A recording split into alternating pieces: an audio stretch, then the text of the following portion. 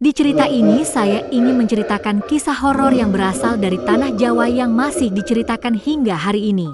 Selamat menyaksikan.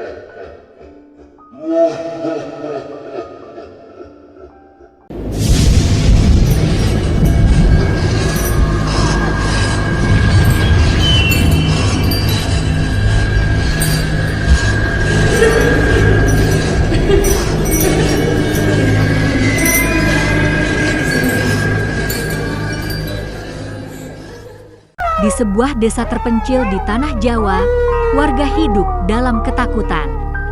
Hampir setiap malam terdengar suara tangisan perempuan dari arah hutan tua yang berada di belakang perkampungan. Beberapa warga mengaku melihat sosok perempuan bergaun merah dengan rambut panjang kusut berdiri di antara pepohonan. Konon, puluhan tahun lalu tinggal seorang wanita bernama Ratih. Ia dikenal baik dan sering membantu warga yang sakit menggunakan ramuan tradisional. Namun suatu hari terjadi serangkaian musibah di desa. Ternak mati mendadak, beberapa anak jatuh sakit, dan hasil panen gagal. Warga yang dipenuhi rasa takut menuduh Ratih sebagai dukun santet. Tanpa bukti, mereka menyeret Ratih ke sebuah rumah tua di tengah hutan. Ratih menangis dan memohon agar dipercaya, tetapi amarah warga telah membutakan mereka. Malam itu Ratih kehilangan nyawanya secara tragis. Sebelum mengembuskan napas terakhir, ia bersumpah akan mencari siapa saja yang terlibat dalam kematiannya. Sejak saat itu berbagai kejadian aneh mulai terjadi. Satu persatu orang yang dulu ikut menuduh Ratih meninggal secara misterius. Bertahun-tahun kemudian, sebuah grup YouTuber bernama Empat Sekawan yang beranggotakan Ardi, Tias, Reno Teguh, dan Firman mendengar kisah tersebut. Demi membuat konten penelusuran horor, mereka memutuskan mendatangi rumah tua tempat Ratih dahulu dibunuh. Saat malam tiba, mereka memasuki hutan dengan kamera menyala. Semakin jauh melangkah, suasana semakin sunyi. Tidak ada suara jangkrik ataupun burung malam. Ketika rumah tua itu mulai terlihat di antara pepohonan, Firman merasakan hawa dingin yang tidak wajar. "Ada yang memperhatikan kita," bisiknya. Tak lama kemudian terdengar suara perempuan tertawa pelan dari dalam rumah. Empat sekawan saling berpandangan. Mereka belum tahu bahwa malam itu akan mengubah hidup mereka selamanya. Mereka memasuki rumah tua yang telah lapuk dimakan usia. Dinding kayunya dipenuhi goresan aneh. Debu tebal menutupi lantai. Saat Ardi menyorotkan senter ke sebuah kamar, ia menemukan tulisan merah di dinding. "Siapa pembunuhku?" Mendadak kamera Reno mati sendiri. Tias yang berada di belakang berteriak. Saat yang lain menoleh, ia menunjuk ke arah jendela. Di luar terlihat sesosok perempuan berbaju merah berdiri diam. Namun yang paling mengerikan, wajahnya tidak ada. Hanya kehampaan gelap di balik rambut panjang yang menjuntai. Sesaat kemudian sosok itu menghilang. Keempatnya mulai panik. Mereka memutuskan keluar dari rumah. Namun pintu yang tadi mereka gunakan tiba-tiba tidak dapat dibuka. Dari lantai atas terdengar langkah kaki berat. Duk, duk, duk. Suara itu semakin dekat. Lalu terdengar tangisan perempuan yang berubah menjadi tawa menyeramkan. Ardi memberanikan diri naik ke lantai atas. Di sebuah ruangan kecil, ia menemukan buku harian tua milik Ratih. Dalam buku itu tertulis bahwa Ratih tidak pernah melakukan santet. Ia justru menjadi korban fitnah oleh beberapa warga yang ingin merebut tanah warisan keluarganya. Saat Ardi membaca halaman terakhir, suara tangisan terdengar tepat di belakangnya. Ketika menoleh, sosok kuntilanak merah tanpa wajah berdiri sangat dekat.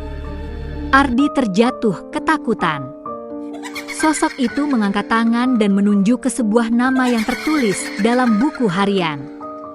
Nama itu adalah kepala desa pada masa lalu.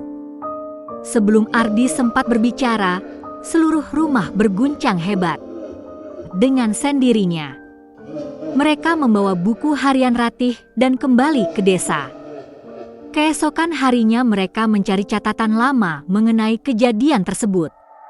Setelah menelusuri berbagai dokumen, mereka menemukan fakta mengejutkan.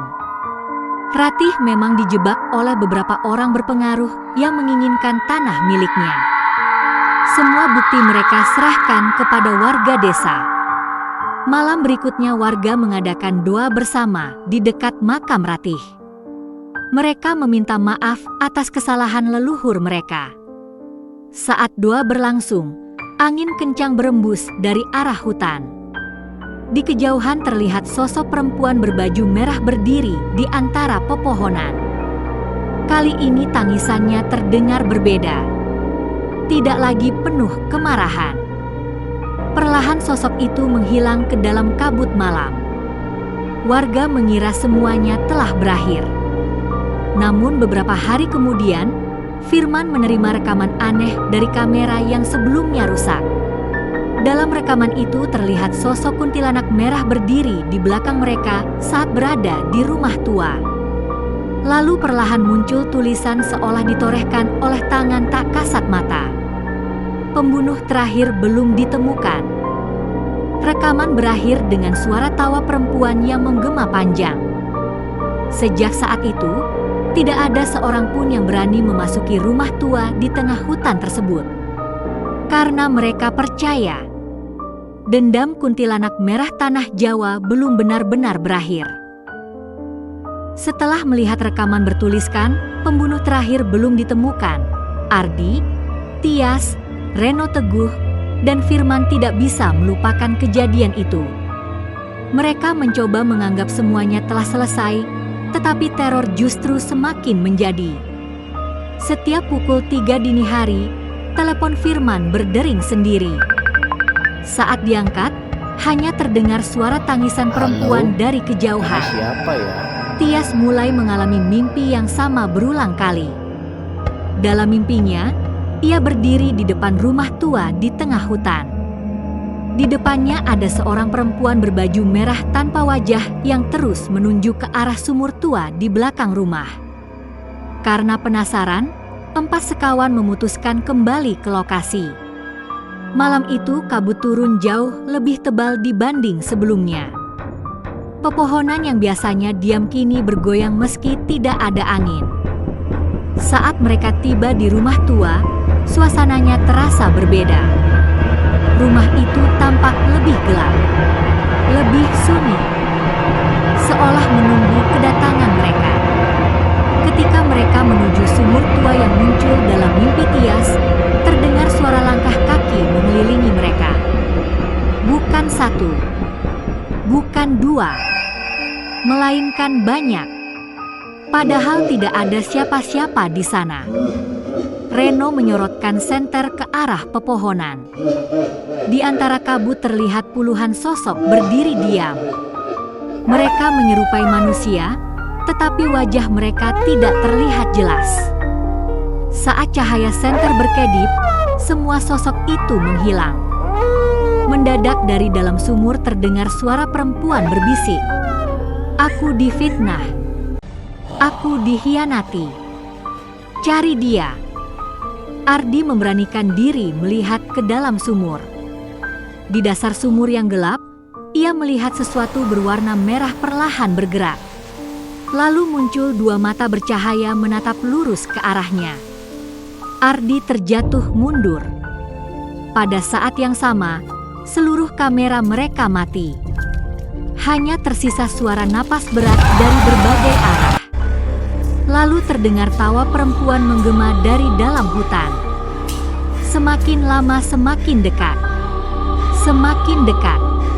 Sampai terdengar tepat di belakang mereka. Saat mereka menoleh, kuntilanak merah tanpa wajah telah berdiri beberapa langkah dari mereka. Namun kali ini ada sesuatu yang berbeda. Di bagian dadanya tergantung sebuah kalung tua berkarat. Firman teringat sesuatu. Kalung itu pernah ia lihat dalam foto lama milik kepala desa terdahulu. Mereka segera mencari informasi lebih lanjut. Dan akhirnya menemukan fakta mengejutkan. Ternyata ada satu orang yang selama ini tidak pernah disebut dalam kisah Ratih. Seseorang yang masih memiliki keturunan dan masih tinggal di desa. Orang itulah yang dahulu memulai fitnah terhadap Ratih. Malam setelah kebenaran itu terungkap, suara tangisan dari hutan berhenti untuk pertama kalinya setelah puluhan tahun. Namun ketika empat sekawan memeriksa rekaman terakhir mereka, muncul sosok kuntilanak merah berdiri di depan kamera. Untuk pertama kalinya sosok itu tidak menunjuk ke arah hutan. Ia menunjuk ke arah belakang kamera. Seolah ada sesuatu yang berdiri bersama mereka saat rekaman berlangsung. Sebelum layar berubah gelap, terdengar bisikan pelan. "Aku bukan satu-satunya." Dan sejak malam itu, warga desa mulai mendengar tangisan lain dari dalam hutan. Tangisan yang berbeda. Tangisan yang belum pernah terdengar sebelumnya. Terima kasih sudah setia menonton channel Anaya Horor. Jangan lupa like, komen, dan subscribe. Semoga kita dilancarkan dalam setiap urusannya dan dilancarkan rezekinya. Amin.